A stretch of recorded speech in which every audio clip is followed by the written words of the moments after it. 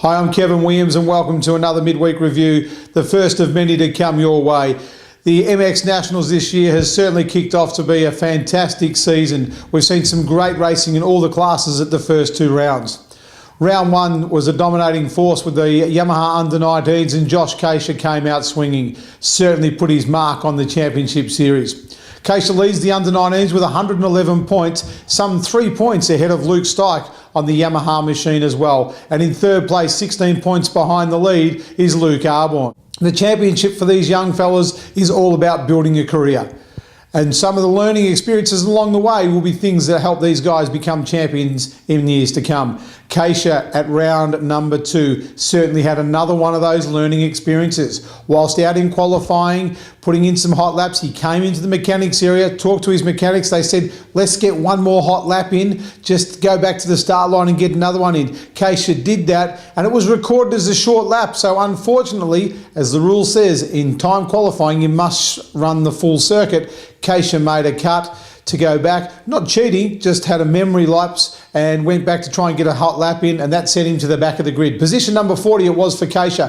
Well, he got a great start in the first one, still from the outside, and had a good run to take out the motor win, but the second one didn't go his way, allowed Luke Stikes to elevate himself up and take out the round win at round number 2. But it's Kasher with the red plate for Team MX Rad. On the Yamaha Under-19s team, of course, it is Luke Stike. And rounding out the top 3, Luke Arborn on the Kawasaki. Arborn has moved to Queensland to live with the team under the watchful eye of a very smart operator in Brett Whale. He's had plenty of championships come through the Kawasaki camp with Brett Whale, including Peter Melton, of course, Dan Reardon. You've seen before Luke George. Arborn, let's see what he can do.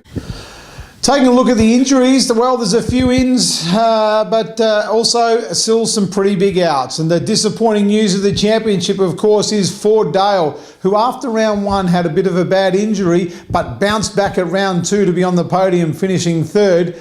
Unfortunately, Townsville, he was racing a week or so ago, had a off in the first turn and got cleaned up by the field. 2 breaks in the arm, a bent rod in the scaphoid, a broken leg and a broken nose. We'll see him sidelined for up to 22 weeks. We certainly wish him well and hope to see him back for Super X in October.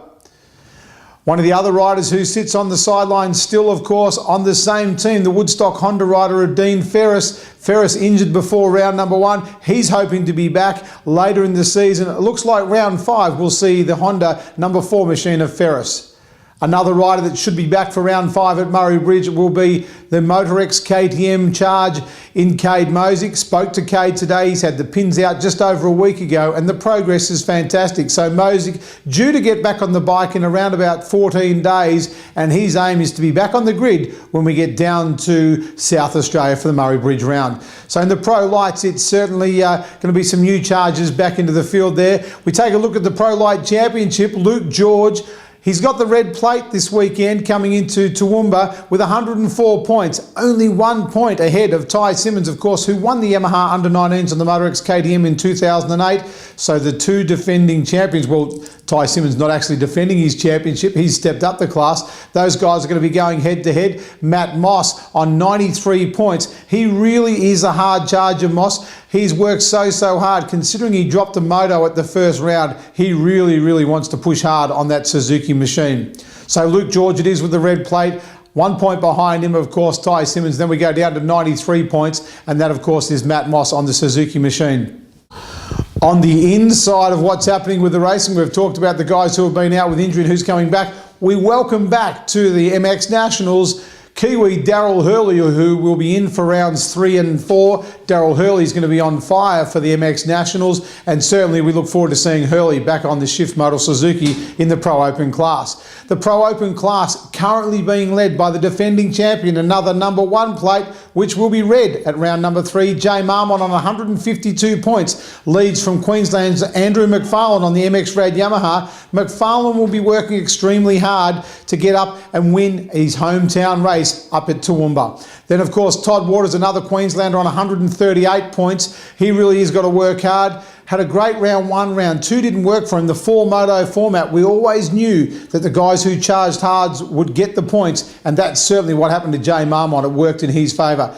The rider of the round at round 2, of course, was Cody Mackey with an unbelievable moto in moto number 3. He really put in a great show, showed that he can ride the big machine, the Cool Air Kawasaki 450, so we look forward to seeing him charge hard as well. All the action will come your way this weekend live at the track. But if you can't get to the track, log on to fullnoise.com.au with thanks to our great friends at Scott. They're going to give you the live feed. So you'll be able to catch all the action on the internet. See a Full Noise and Scott goggles. That's round number 3 at the MX Nationals at Toowoomba this Sunday. Don't miss all the action. We look forward to bringing you an update next week.